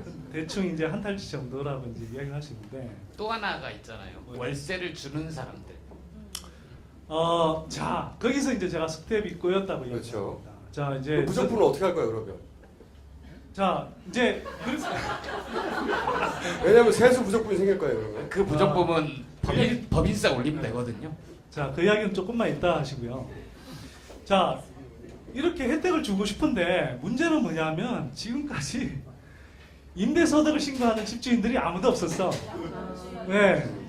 자, 그러면 이 혜택을 주고 싶어도 월세에 대해서 세금을 내는 집주인들이 없으니까 정부가 생각하는 게 뭐냐면 이 김에 집주인들한테 월세를 과세하는 인프라를 좀 갖춰야 되겠다 이런 생각을 했던 것 같아요. 어떤 의미에서는 이건 바람직한 거예요. 그렇죠. 뭐 의도는 정부가 토끼몰이에 기본적으로 이렇게 의도가 있었다가 하더라도 월세로 다 몰아가려고. 네, 어쨌거나 지금까지 세금 한 푼 안 내고 있었던 집주인들한테 과세를 하겠다는 건 사실은 조세정의 차원에서 너무 당연한 거 아닌가요? 그렇게 된 거죠. 근데 문제는 자 월세 시장으로 토끼몰이를 하려고 그랬는데 집주인들 입장에서는 세금 안 내고 있다가 세금을 내야 돼. 그래서 이제 기득권 언론들이 난리가 났죠. 조중동에서 뭐라고 그랬나요? 막 세금 폭탄. 우리 이거 노무현 정부 때 많이 듣던 거 아닙니까? 정부세 매긴다고 막 세금 폭탄 그랬었잖아요. 지금 세금 폭탄 이야기가 나오는 거예요. 그리고 사실은 뭐 어찌 보면 뭐 부동산 다주택자들 또 부동산 업계의 반발인데 이건 이제 막 시장 혼란 뭐 이런 식으로 이렇게 몰아가는 거예요. 집주인들이 반발하는 거죠 지금. 집주인들도 반발하는 거고 부동산 업자들도 반발하는 거고. 왜냐하면 이것 때문에 거래를 안 하겠다고 이렇게 나오는 집주인들이 있습니다. 근데 왜 전세에서 월세로 몰아가려고 했죠 정부가? 정부 생각은 이겁니다. 사실은 우리가 이제 집값이 뛰는 상황에서 전세가 그래도 대다수 일반 서민들 입장에서 보면 상대적으로 이렇게 주거 비용 저렴하게 이렇게 살 수 있는 그런 주거 형태잖아요. 매달 돈이 안 나가니까. 그렇죠. 근데 정부 입장에서는 집값이 떨어지는 게 집을 살 사람들이 전세로 이동한다고 생각하는 거거든요. 사실 뭐 집값이 높아서 그냥 안 사는 것일 뿐인데, 그렇죠? 사줄래야 사줄 돈이 없는 거잖아요 지금. 근데 정부는 어쨌거나 이 전세로 자꾸 몰린다고 생각하는 거예요. 그래서 이렇게 전세 쪽 사람들을 양쪽으로 자꾸 찢어서 토끼몰이를 하고 싶은 거야. 그러니까 한마디로 말하면 집 많이 팔리라고 하는 거군요 이게. 그렇죠. 집값을 이렇게 월세를 계속 부담하는 집을 사버리자라고 생각하도록 만들고 싶은 거군요. 그렇죠. 정책의 의도는. 그러니까 자, 예스. 자 빠른 빠른데 이해했어. 굉장히 빠른데 10분 만에 이해가 됐나? 자, 집주인들한테 그러니까 전세를 매매로 몰아주면 집주인들 혜택 돌아가는 건 이해가 되시죠? 쉽게. 자, 근데 왜 월세 쪽으로 몰면 왜 집주인들한테 혜택이 돌아가냐? 집주인들이 지금 빚을 잔뜩 지고 있어요. 근데 이걸 어디서 많이 하느냐? 세입자들 월세에서 많이 하죠. 근데 월세는 지금 월세가 또 공급 과잉이에요. 최근 몇 년 동안 뭐 오피스텔이다, 뭐 도시형 생활주택이다 그래서 수익형 부동산이 돈 된다고 막 이쪽으로 또 엄청나게 지어댔거든요. 그러니까 지금 공급 과잉에서 월세 임대료는 사실 계속 떨어지고 있는 거예요. 이렇게 또 가면 안 되거든요. 그래서 월세 쪽으로 또 시장을 몰아줘야 되는 거예요. 그러니까 이제 월세 쪽으로 지금 토끼몰이 하는 게 나왔는데 아까 말씀드린 대로 이걸 하는 과정에서 기본적으로 과세 인프라 자체가 없으니까 정부 스텝이 꼬여버린 거죠. 의도가. 그래서 아까 얘기한 대로 조중동 같은 데서 세금 폭탄 막 때려대니까 일주일 만에 보완책이라고 하나 내놓습니다. 좀 그렇죠. 아시네. 제가 경제면 편집하거든요. 야, 전천후인데. 자, 2월 26일 날 다음 시간에 대책. 나오지 말아주세요. 내가 너무 없어 보여 지금. 자, 2월 26일 날 대책이 나왔다고요. 거의 한 달이 아니라 일주일 만에 3월 5일 날 보완 대책이라고 내놓습니다.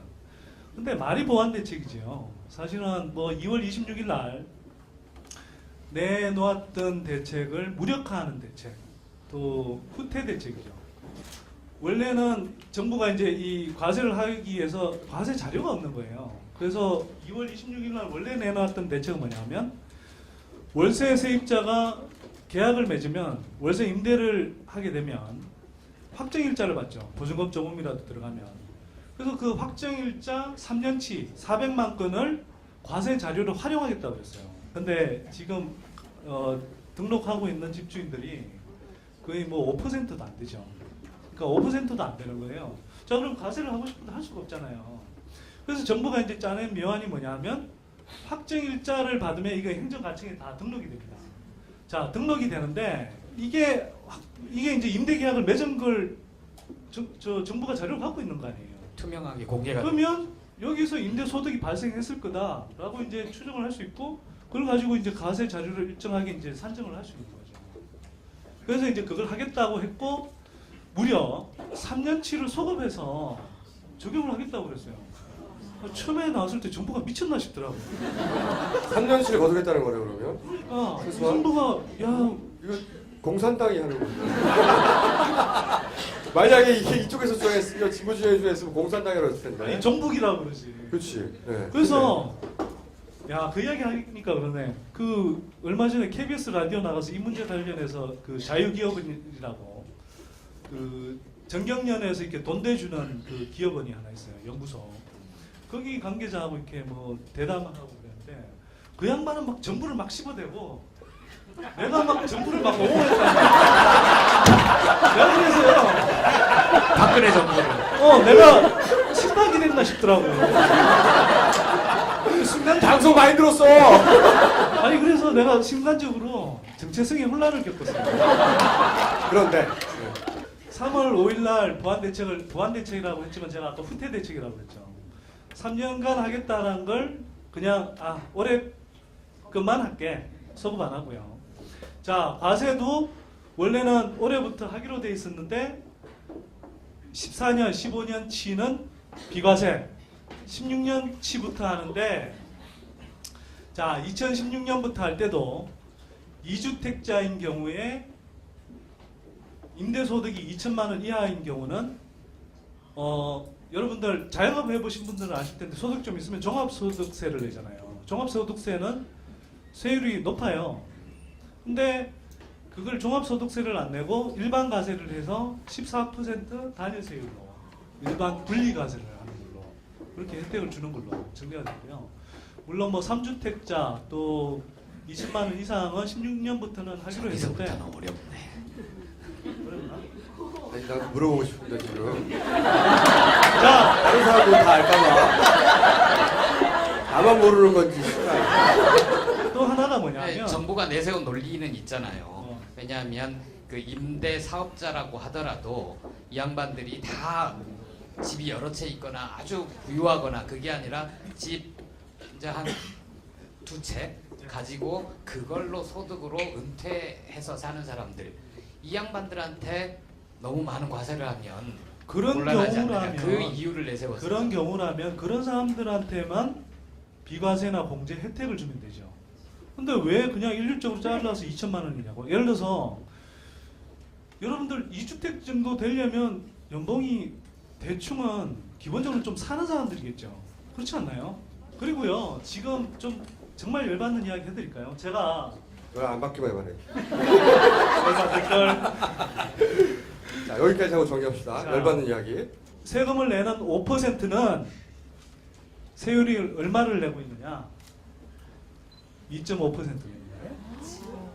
여러분들 연봉 한 3, 4천만 돼도 소득 세율이 한 20%대 이상으로 올라가거든요. 최고 소득 세율은 38%. 물론 이것도 다른 나라 비하면 높진 않아요. 근데 문제는 뭐냐면 여러분들 이런 거잖아요.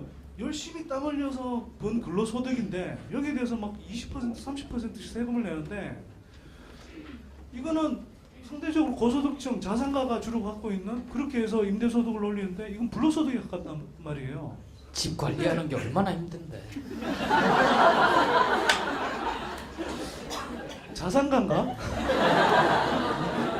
자, 이런 사람이 거의 90%는 세금을 내지 않고 내는 사람도 겨우 2.5%를 내는 거예요. 이게 제가 또 OECD 국가들 다 비교를 해봤어요. 이 세율이 어느 정도 높은가. OECD 국가 가운데 34개국이거든요. 꼴찌에서 5번째. 네. 쥐꼬리만큼 내고 있는 거죠. 그러니까 한번 생각해보세요. 이게 우리가 조세정의 그러는데 조세정의의 최소한은 근로소득세만큼 임대소득세는 내게 해야 되는 거 아닌가요? 그죠? 자,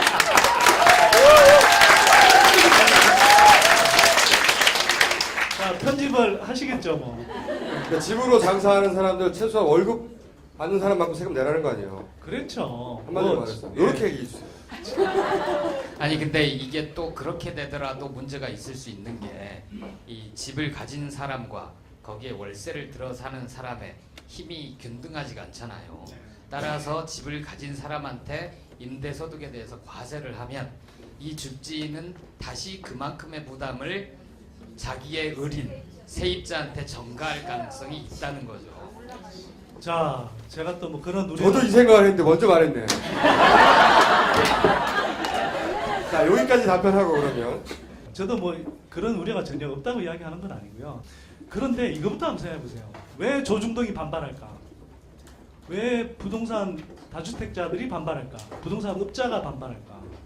이건요, 정말 그 사람들이 오히려 막 이거 세입자 이치를 때는 진짜 악어의 눈물을 흘리듯이 막 세입자들 위하는 척 해주고 서민들 위하는 척 해줘요. 막 이게 이렇게 하면 세입자들한테 다 증가된다. 근데 이 사람들이 뭐 그렇게 착한 사람들 아닌 거 다 알잖아요. 실제로는 지금 아까 제가 말씀드렸듯이 임대차 시장에서 지금 그 월세 공급이 굉장히 늘어나고 있어요. 예를 들면 아까 저 도시형 생활주택 이야기했는데 이게 예전에 한 뭐 3, 4천 원 이렇게 공급이 되다가 올해는 막 4만 5천 원 수도권에서만 이런 식으로 공급이 된단 말이에요. 그러니까 물량이 지금 사실 많아요. 그래서 월세 임대료가 계속 떨어지고 있거든요.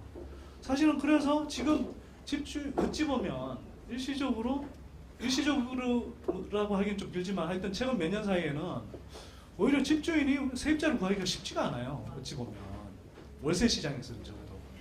그러니까 일부 지역에서는 집주인이 뭐 증가할 우려가 일부는 있다 할지라도 전반적으로는 사실은 증가하기가 쉽지 않은 상황이라는 거죠. 그리고 어쨌거나 우리가 한번 생각해 보세요. 이게 근로소득세가 꼬박꼬박 내고 있는데 수십 년 동안 근로소득에 대해서 세금을 한 번도 안 냈어요. 언젠간 정상화해야 되는 거 아닙니까? 물론 뭐 이 정부가 비정상이 이러다 보니까 또 친박 같은 거 자꾸 말하는 아시죠? 그 차이는. 저는 진짜 비정상을 정상화하고 싶은 사람이고요. 이 정부는 비정상을 정상이라고 우기는 정권이고, 그죠? 그래서 이거는 지금 상황에서 월세에 대한 과세는 언젠가 도입해야 되는데 어찌 보면 시기적으로도 상대적으로 큰 부작용 없이 도입하기 좋은 때다. 저는 그렇게 생각을 하는 거죠. 아, 질문. 박근혜 정부 1년이었잖아요. 그러면 오늘 첫 번째 프로그램에서 좀 더 큰 주제로 박근혜 정부의 1년의 경제정책 혹은 박근혜 정부의 1년의 민생정책에 대해서 총평을 한다거나 그러지 않고 이 왜 작은 정책에 대해서 먼저 얘기를 꺼낸 거예요? 하나를 보면 열을 나는 거 아닌가요? 선대위 수장님 말이죠. 방송 많이 들었어요. 바보였거든요. 아, 코너 금방 없어지지 않겠어요? 네. 그런데 민생 정책을 안 그래도 이제 저 작가분이 민생 정책에 대해서 한번 좀 전체적으로 총평을 해보자 이런 이야기를 하시더라고. 근데 평을 할래야 민생에 관한 말은 많이 나왔는데 정책은 하나도 없어요. 여러분들 생각나는 거 있으세요? 그러니까 어떻게 논평을 합니까 이게? 자, 잘했다 하니까 계속 하려고. 자, 애초 이 정책의 목표가 집을 잔뜩 쌓여있는 집을 해치우려고 그런 의도였지만 어쨌든 그 효과는 긍정적일 수 있었는데 이제는 그 효과조차 없어진. 많이 유야무야 유야무야, 되는 네. 상황이죠. 그래서 선대위 수장님의 주장은 집장사 하면서 최소한 봉급쟁이 정도의 월급은 내야 된다 이 주장이고 그게 아직도 안 되고 있다. 그래서 화났다. 박근혜 정부의 경제정책이라는 게 다 이따위다. 그래서 조금 더 큰 틀에서 말씀을 그만 좀 하실 때.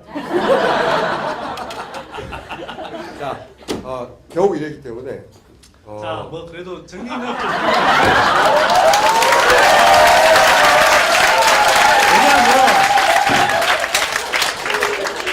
왜냐하면 큰 틀의 이야기를 조금 드려야 돼요. 한번 조세형평성 문제에 대해서 한번 생각해 보시면 좋겠는데 우리 근로소득세 내잖아요. 탈탈 틀리잖아요. 유리할 지갑이라고 그러잖아요. 자, 재벌들 세금 내던가요? 이재용 지금 수조 원대 자산가 돼 있는데 상속세 얼마 냈을 것 같습니까? 안 냈습니다. 정역세 꼴란 16억 원 냈어요. 16억 원 내고 4조 원대 자산가 될 수 있습니까, 여러분? 안 되잖아요. 재벌들은 안 되죠. 주식 양도 차익에 대해서 예를 들어서 대박을 쳐서 5천만 원, 1억 벌어도요, 불로소득입니다. 여러분들 5천만 원에 대해서 세금을 최소 몇백만 원씩 내죠. 주식 양도 차익에 대해서 세금 한 푼 안 냅니다. OECD 국가들 대부분 내는데요. 다만 거래세는 냅니다. 개인 투자자들이 주로 냅니다. 왜? 손바뀜 많이 하면서 이렇게 막 사고 팔고 하는 게 개인 투자자들이 하는 거잖아요. 자, 주택 양도 차익에 대해서 우리 세금은 내게 하는데 이번에 뭐 다주택 중과세도 폐지됐죠. 근데 1가구 1주택자도요 기본적으로 비과세입니다. 예를 들어서 3억에 사서 9억에 팔아도 6억의 차익이 생겨도 세금 한 푼 안 냅니다. 법인세요. 삼성전자요. 제가 일본, 한국, 미국, 대만 4개국의 탑3 기업들의 법인세율이 얼마나 되는지 비교를 해봤어요. 삼성전자요. 12개 업체 중에 11번째로 적게 냅니다. 꼴찌에서 2번째. 이렇게 적게 내고 있어요. 자, 이제 결론을 내주세요. 자, 이 상태 계속 두고 보실 겁니까? 그걸 어떻게 해야 되죠? 두고 보지 않고 싶은데 어떻게 해야 되죠? 어떻게 할 거야? 기대돼. 자, 제가 그래서 세금혁명당을 사실 만들었어요. 잘해보려고 했어요. 자, 이게 나라 살림살이의 근본적인 틀을 바꿔야 되거든요. 제가 참적경제 아까 이야기했잖아요. 코너 이름을. 왜 참적경제냐 하면 반값 등록금 한다고 그랬는데 어떻게 됐습니까? 돈 없으니까 참죠 그랬죠. 기초연금 준다고 그랬죠. 근데 돈 없으니까 참죠 그랬죠. 참적경제 아닙니까? 자, 교육, 문화, 복지 이런 쪽은 돈이 없대요. 돈이 없으니까 맨날 참지요. 근데 톡은 부동산만 가면 돈이 하수분처럼 솟아나요. 여러분들 R&D 예산 엄청 늘렸다고 뉴스 보셨죠? 재벌 대기업들한테 대부분이 갑니다. 취득세요. 2조 4천억. 지방 지금 재정난 심각한데 2조 4천억 다 날아갔습니다. 그거 우리 아이들 보육, 우리 교육 반값 등록금 예산 그거 다 날리가면서 지금 부동산 거품 떠받친다고 이 지랄 하고 있는 거예요, 이거. 자, 그럼 여기까지. 우리 많이 듣고! 안 나오겠고! 자, 여기까지. 이렇게 할 얘기가 많고, 이에서도 울분을 토하실 예정입니다. 그러니까, 이제는 입 다물어 달라고. 박수 쳐주세요. 준비가 끝나서 제작을 시작하게 되면 그때 이 방송을 통해서 알려드립니다. 오늘은 여기까지입니다. 감사합니다.